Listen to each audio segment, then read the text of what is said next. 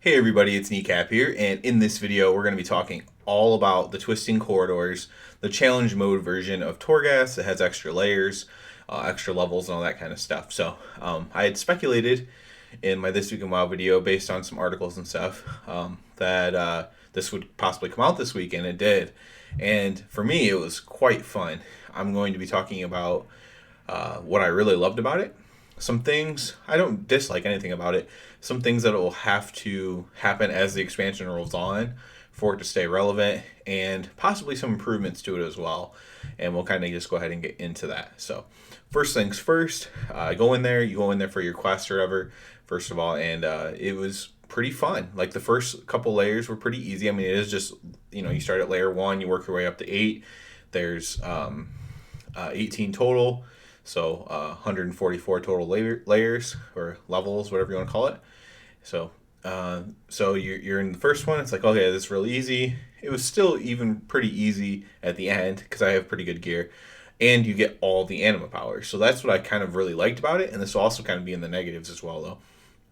So over the time of all those layers, as long as you're looting everything and doing all the extra stuff, you're pretty much going to get any anima power combination that you want. Now, I say pretty much because it's like there are multiples of certain like epic ones that you could get that you might not get multiples of, but you should probably be able to get like the base stuff of everything you want. Even in my least lucky run, I still actually got the base amount of stuff to have like infinite wings as a rep paladin. That's kind of the best build in Torghast is infinite wings, and so basically what that is. If you, it especially works if you already have the legendary Mad Paragon, but you don't have to have that. It extends duration of Avenging Wrath or Crusade by 1 second is what the legendary does.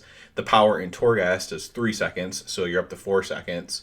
And then the ability that gives you 3 extra Hammer of Wrath. So then you have 4 Hammer of Wraths, each extending it by 4 seconds. And it basically ends up being that you have infinite Avenging Wrath. It's not technically infinite, I guess, but it kind of is. Like, you can definitely clear an entire floor, which I do regularly with that, even including all the bosses and all the elites as well. So that's kind of what you're going for, and I've been able to get that in all 3. I've only done 3 of the layers so far. I've been able to get that combo in all of them. I hope I get that on the 8th one, which would be the hardest one, because that will be needed. But so that's great. So I get to make this cool build, and it's very repeatable in that way. And what do I mean by that? So some people might be like, okay, I did my 8 things, I'm done. For me, it's kind of fun to try to have certain builds, right? So I might be like, okay, well, I want to get 2 of these increases. I want to get all the Avenging Wrath modifier ones. So a lot of those are epic ones. And I just want to get this perfect run and see how much damage I do. Like that to me is fun. I kind of liken it to Hearthstone Battlegrounds in a way, where if you're not trying to be first in the world, at some point it becomes redundant to play, because you're just like, okay, I'm just going to play this. It's kind of fun. It's kind of a way to kill time. But if you're playing to have like really cool builds or go for achievements and stuff, then that can be a different thing on the Hearthstone Battlegrounds. And so you might have a really cool thing where all your cards are golden, or you might have a really cool, like the biggest dragon build you ever made. And you can kind of do that same kind of thinking in Torghast in this Twisting Corridors. And so for me, that makes it repeatable, and for players that like similar things, that'll make that repeatable, which is really good. The downside of it is it's almost like you're getting every anima power that exists in it. So it's not like you are. There is some variance, like I said, because it's hard to get all of the epic ones, for example. So there is variance, but it's just not a very high variance. So one suggestion I would make to Blizzard is to increase the total number of anima powers and the things that they modify and stuff like that. So have like rep paladin powers or paladin powers, whatever, that just only empower judgment, or only empower Crusader Strike, or something weird like that, where you can make like a really weird build off of that, or consecration or something. Just something odd that you modify them a bunch of times and it actually ends up becoming really powerful. So more modifiers, because when you get everything, there's such a slight variance to it. Like, yeah, you might still want to get the perfect build, but it's only going to be slightly better than your regular one. So it's not that great. And so that's what I would suggest, is having all these modifiers. Now this is of course tempered because it is a group thing. It's something you can do in a group. I do it solo because that's the most fun for me, but it's a group thing, so you do have to take that into account. Like, okay, if we have all these extra anima powers and people are all in groups, how does that affect it? That definitely makes it more difficult for sure, which is why I was hoping Torghast would be a solo content, but it's fine that it isn't overall. But in the future, I hope for some actual solo content so that they don't have to take into account those variables of group play. So yeah, that's the first suggestion I would make, is as expansion rolls on, to add more anima powers to the Torghast for each class or whatever. That would be definitely needed to make it a little bit more variant, because I don't want to really be like a year and a half, 2 years from now, whatever it is. I really don't want to be running Twisting Corridors with the same exact anima powers that I'm running it with now, because that would not be fun.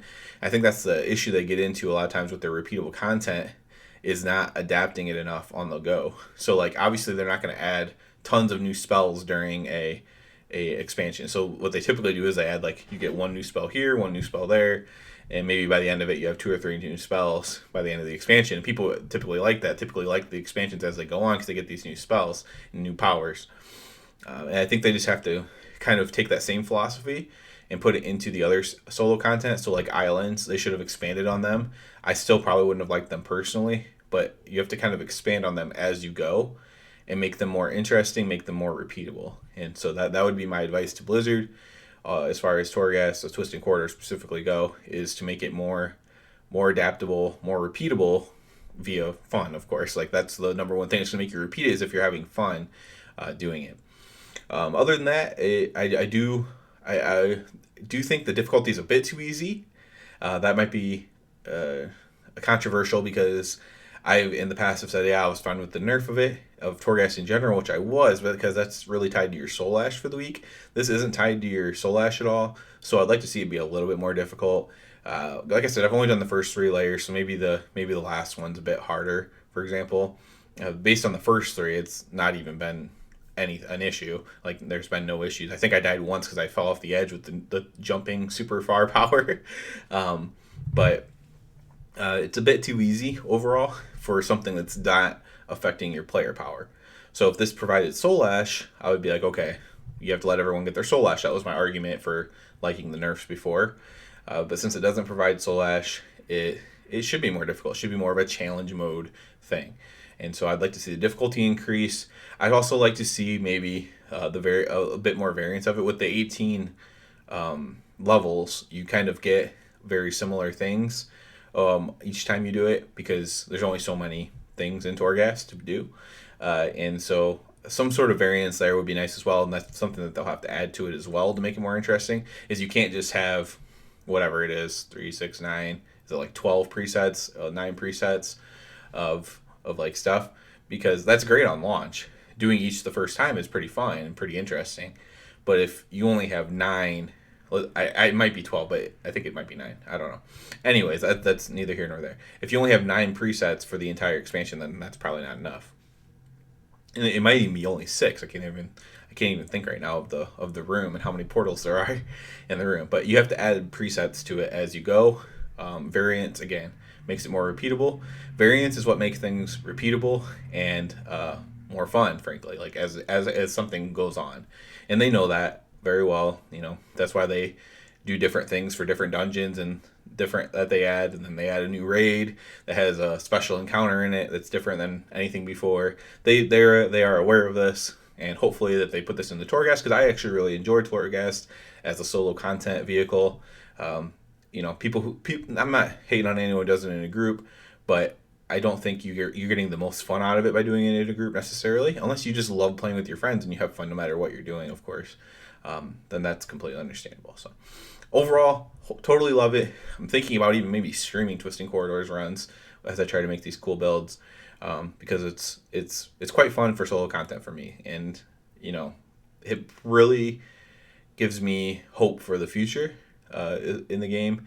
If they could get some solo content out like this and make it solo content, that doesn't mean not to release group content as well. Like, that's not to say that you shouldn't release a group content vehicle as well.